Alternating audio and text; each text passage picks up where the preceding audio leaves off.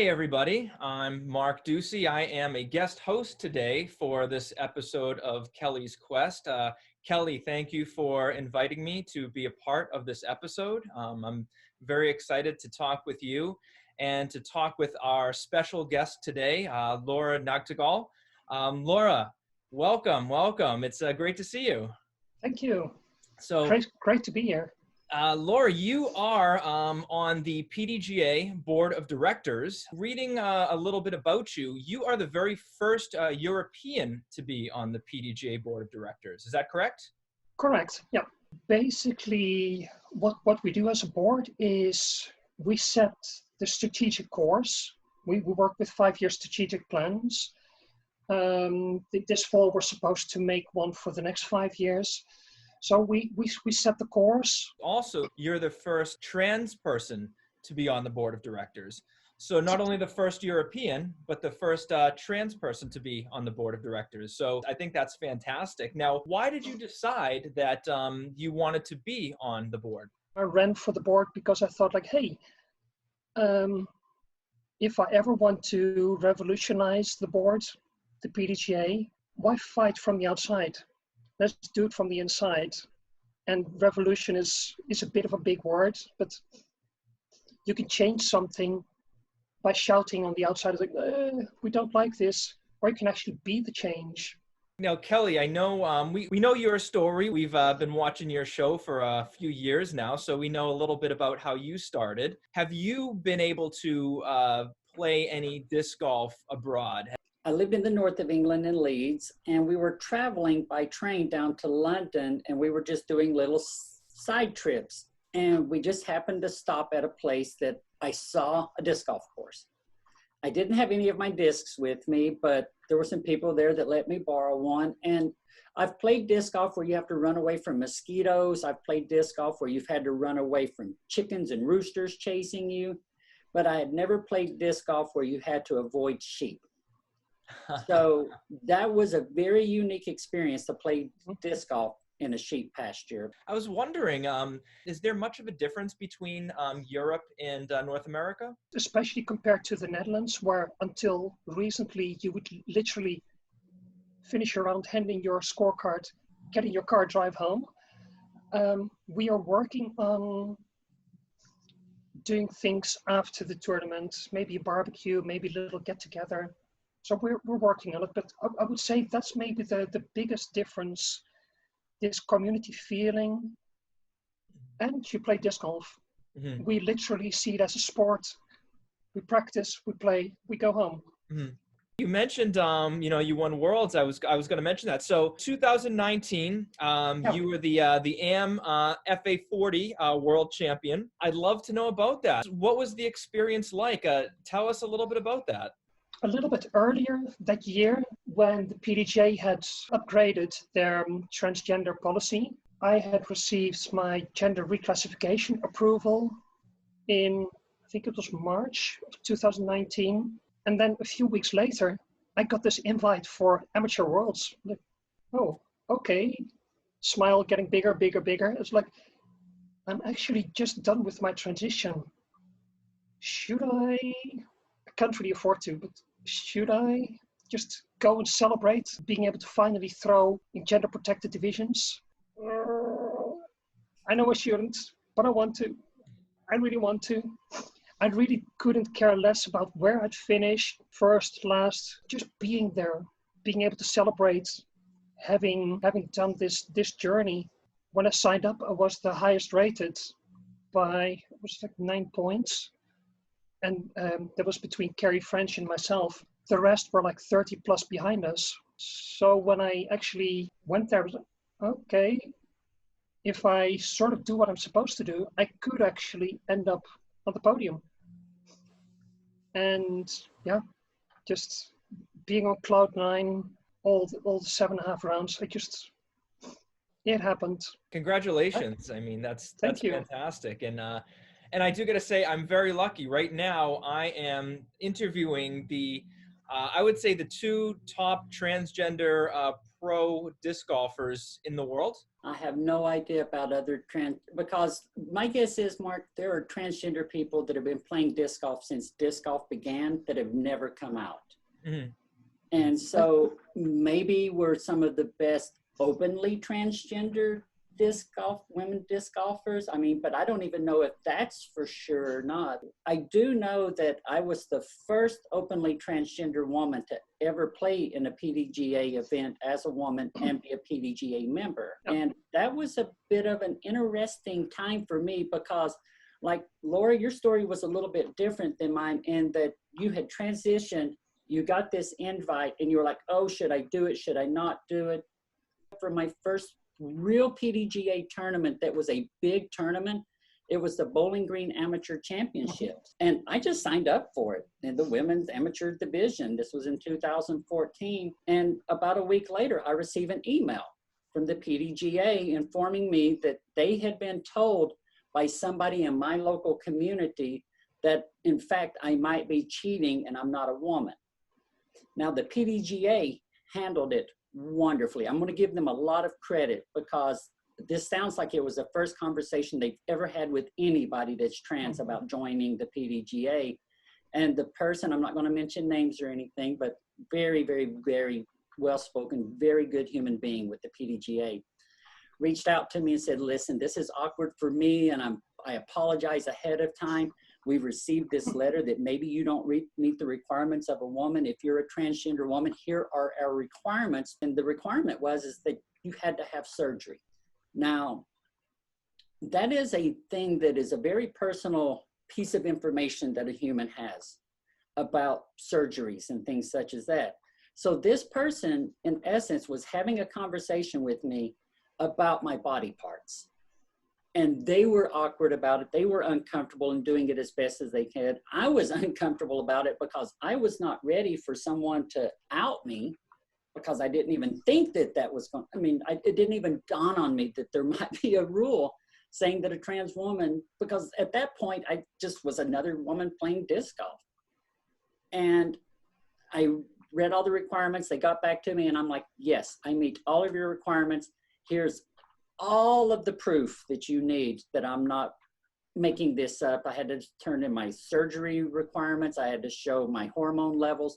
I had to show all of this stuff. I had to show how long ago my surgery was. I had to show a lot of paperwork to prove that I was, in fact, had transitioned and met the requirements. And at the end of it, he said, you're good to go. He says, good luck at the tournament in Bowling Green. He says, you might have some trouble with people because, you know, it's new to people that an openly trans person is going to come play in a disc golf tournament. And I went to Bowling Green and I ended up winning the Bowling Green Amateur Championships. And there was no hard things. The disc golf community was wonderful to me. Everybody was fantastic with me. But the thing that was so hard for me is that I had to prove that I was not a cheater. There's the policy on eligibility for gender protected divisions. And one of the paragraphs states that any player competing in PDGA events in a gender protected division must conform to the requirements of the PDGA policy on eligibility for gender protected divisions. Players wishing to compete in female only divisions must be declared female at birth or meet the requirements to be recognized as a transgender female, details of which are contained in this policy. For the fall summit in Callaway Gardens, the competition committee put forward a document to us, to the board of directors, asking whether or not the PDGA should adopt the then recently activated IOC guidelines that said no longer is the surgery the only way. You actually just need to meet the requirement on keeping your testosterone levels low enough for long enough, uninterrupted. That was literally days after I had hedged myself. So I kept quiet on the personal front, but I was like, I think we should do this. But I didn't push for anything. I was just like, we would need to do this, but my personal involvement was zero in that. In 2018, as I had already started taking hormones, I got my surgery date. And at that point, I'll remind you, I was not on the board of directors. I was the interim admin for PDJ Europe. So I was connected to the PDJ, so I had an inside, I had an in with the PDJ, backdoor, if you will. But at the moment I knew my surgery date, I thought to myself, at this moment, I will no longer have a conflict of interest for pushing for either of the rules to be the current one. It would be good if the PDGA adopted the newer, in a way stricter, but less awkward, as what Kelly referred to, like what is in your underwear. You shouldn't have to disclose that. And for many people, it's even financially unobtainable. So you could not play in a tournament because you still have male body parts. At that point, I asked the then PDGA board of directors, would you be interested in actually looking at this again, but with more intent? I was told they actually had been working on that already. And my involvement from then on was basically me having the backdoor entrance with the PDJ. I said, just like Kelly did then when she was asked, I'll supply you all of my paperwork so you can get the procedure streamlined. You know what to ask for, you know what to look for, you know what to expect. This is all my paperwork. Look at it, use it, incinerate it after you're done, whatever's necessary. But yeah, I helped streamline the procedure by supplying my data. And from pretty much November 2018 onwards, when the medical committee was formed, which actually happened as a result of this difficult task, and it shouldn't be on the PDGA board's shoulders, but please have it done by medical experts. So the medical committee was formed, and they reviewed all of the paperwork, they reviewed the guidelines stipulated by the IOC. And in February 2019, they said, yeah, let's do this.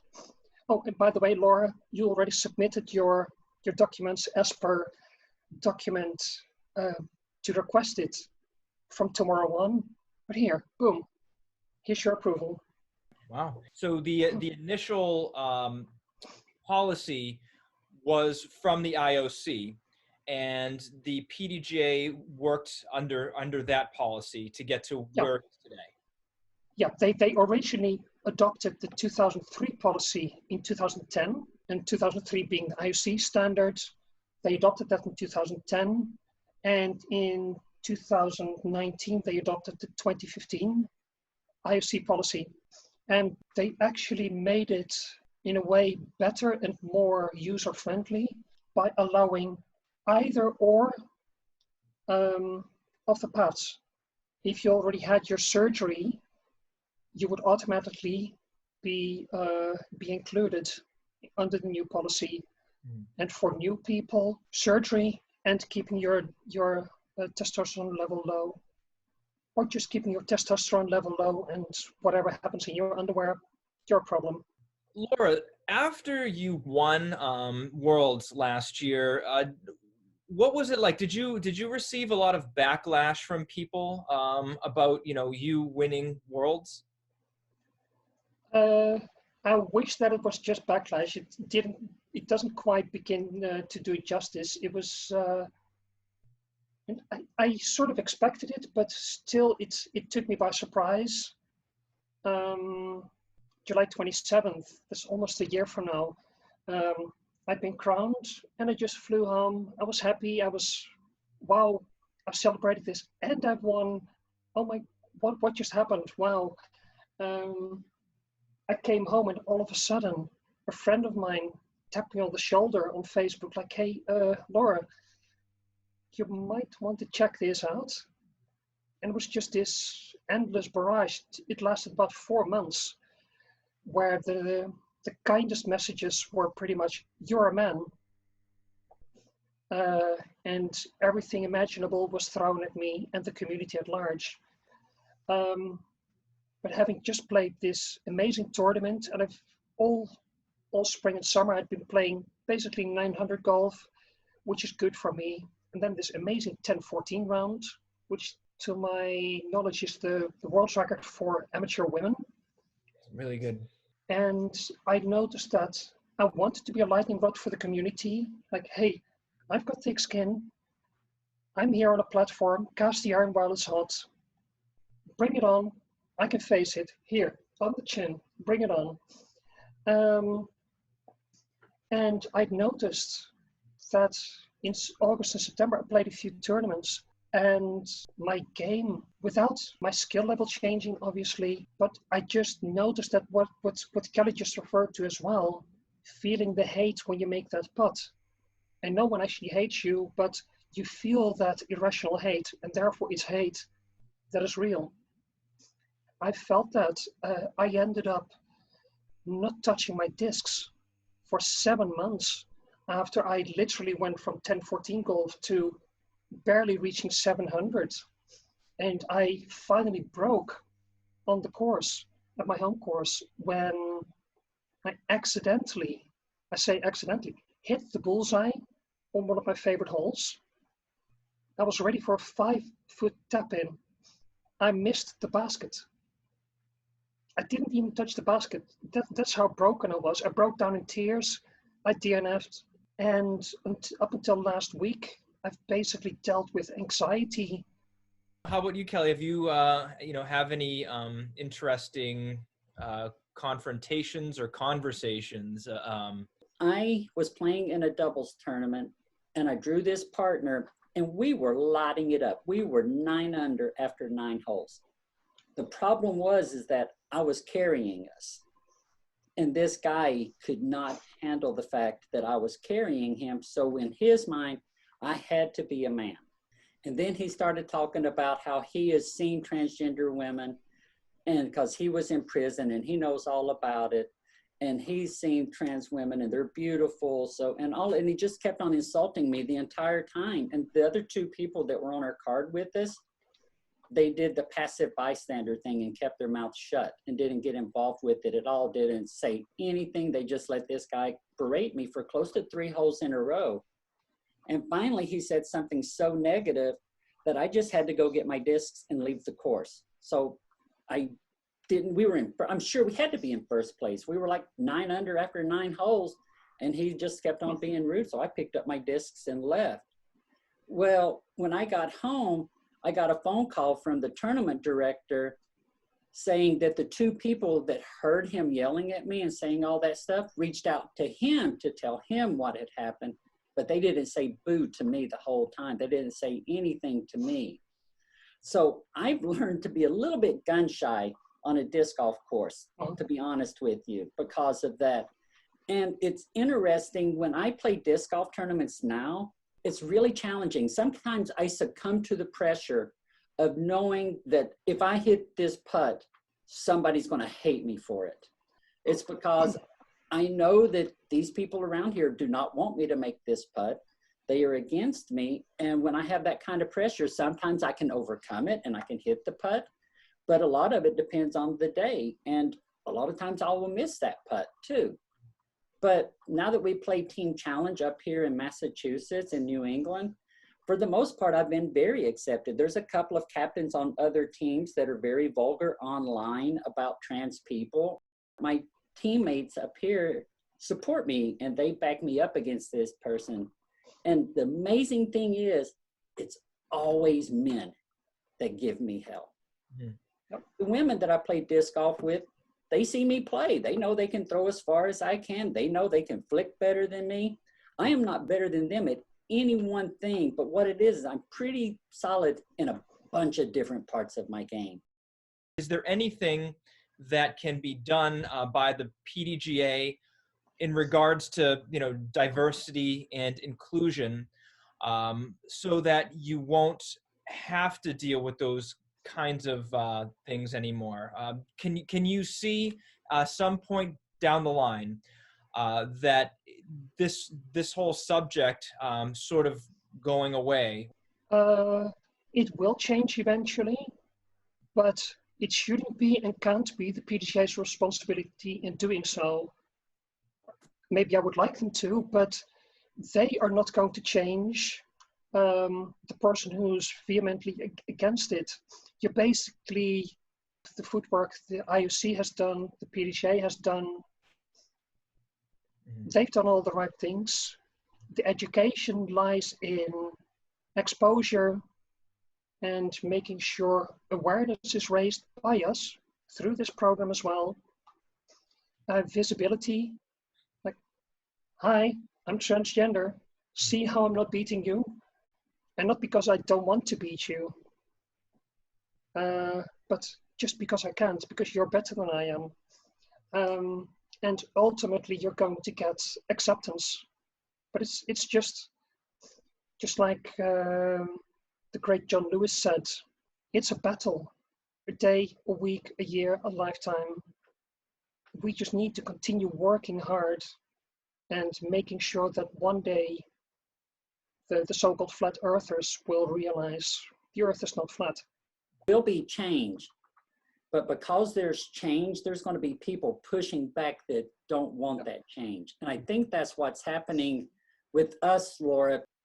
Absolutely, and the pushback is good, because the pushback also, and that's maybe what I did after M-Worlds when the storm started. I wasn't trying to convert the flat earthers. I was trying to show to the people on the fence, right in between, the ones that, I'm not really sure I like this, I'm not really sure this works. There's the flat earthers screaming, hell, blasphemy, cheating, etc. And those were the nice words. And me presenting, hey, well, actually, here's the science, here's the rules, here's the law, here's my stats, here's my blood works. And in that way, trying to get the people on the fence to possibly lead slightly more towards us the next time. That's all we can do right now, and that's a long battle, but it's one worth fighting for us, but especially for those who will be there tomorrow. I love disc golf for the exact same reasons that you love disc golf. I want to go out there and make sure that I am a representative of myself and the trans community, because I very much know that trans people are watching me and seeing how I handle all the pressure that is being heaped on me, so that they can understand, can they handle that pressure too? Have you had a really positive experience as far as the touring women go? I would say absolutely, yeah. One of the very few tournaments I played after Worlds was the Hall of Fame Classic last fall at IDGC. I talked with pretty much any of the pros that were there, as really good talks with Diane Carey, Rebecca Cox, Vanessa van Dijk, and she's always been a really good friend of mine. She was the first one to really embrace me as a person, I think, on the disc golf course.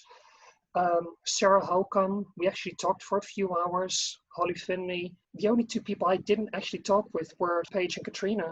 But as far as the pro women goes, to them, I'm just an 870 rated player. Not a threat to them. I'm just, cannon fodder. And if I were born a woman, or the transition that I made, I'm not a threat to them. So they can actually see me as the human being that I am and embrace me. And maybe one day they could or would want to be allies. They don't have to, because their goal and focus is beat the course, beat the competition. I consider them friends. Yeah. None of the pros have even given me a stink eye. Yeah, I've not had any problem like Holly and all of them. I agree with you. They look at us like, yeah, you're you have no chance of beating me. Yeah. But at the same time, they could not accept us. That could have been a choice that they, even if they knew they could beat us on a course, they still could have not wanted us in their division. And it's their right. A lot. You can go heal and be a part of a safe community. Mm-hmm. And we need to make sure that that community stays safe somehow or another.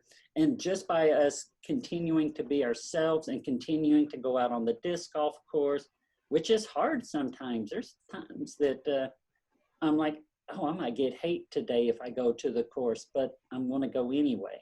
Mhm. Yep. And it's hard to do that, but eventually that will, I feel, lead to the point to where disc golf will truly be a leader in the sports community for diversity and equity. We're going to do our best, and not everybody will want to join. Not everybody needs to join. Like, if this is your belief system, stay the road. But if this is the direction we would all want to be going, because that's what we believe to be the more inclusive, the more wholesome way, come on, join us. And for our part in the LGBTQIA plus community, we can do our part. I know I do, I know you do. We'll just continue fighting and fighting for the good cause. We do have allies in our community in the disc golf. Yeah, we do. Yeah, absolutely. I really do appreciate everything you're doing with the PDGA. You know, even if there are, you know, rules in place by the PDGA, it takes more than that. It takes, you know, individuals like the two of you going out, taking the time to educate people and inform people. And, you know, I got to give the two of you, you know, big props. It's, I imagine that it can take a big toll on you. But I also feel that what you're doing is so important. And I would just like to take a minute and, you know, give you guys big props on all the work that you've been doing to try to get that word out there. So I want to thank you both for that. Thank you, Mark. That was very kind. I appreciate that. It is. It's sometimes you forget that it's worth it to do this. And to actually get John Lewis's quotes right, and there's such a good message in it. Do not get lost in a sea of despair. Be hopeful. Be optimistic. Our struggle is not the struggle of a day, a week, a month, a year. It's a struggle of a lifetime. Never, ever be afraid to make some noise and get in good trouble, necessary trouble. Nice. Excellent. Excellent. Well, thank you both for being a part of this episode. And Laura, thank you for joining us all the way from the Netherlands. Thank you for what you do for the disc golf community. I think you are a fantastic member of the board of directors for the PDGA. They're lucky to have you. You're doing great things, and keep up the great work. Thank you very much for your kind words. Before we actually go, I wanted to show you this. There was actually something that a friend of mine gave me. I used it at Worlds whenever I had a birdie.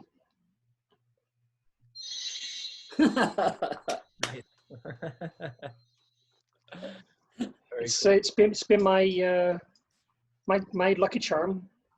That's a good talisman. I like it. It is a unicorn that makes noise and sparkles. What more could a person ever want, right? I would try to birdie everything. That would be my problem with that. Was I would now run every single death putt, everything just to hear the sparkle. I just want to hear. Yeah. During that one round at Worlds, I did it for the first three holes. I had 4 birdies in a row. I'd never done that before. Wow. But I actually just stopped doing this because I didn't want to, like, oh, there's Laura again. Oh, they do that European thing where they tug the chain when you all get a star frame too, a star bird. Yeah. We when it's a star frame, we do. Yeah, we sometimes have beer frames too. Oh. Where one misses out. No. Yeah. Excellent. Well, again, thank you. And if those who are watching, if you have interest in checking out some more of Kelly's shows, you can visit youtube.com/ActonTV1, or just search ActonTV in YouTube, and you'll see. I think we're approaching around like 50 or so shows for Kelly's Quest. I think we might be up. I'm not sure. I think it might be more than that now. Yeah, I know there's what 5 years worth, but there's some great stuff. You can learn a lot. So again, if you're interested, check out more of Kelly's quest. And with that, take care, everybody. We'll see you soon.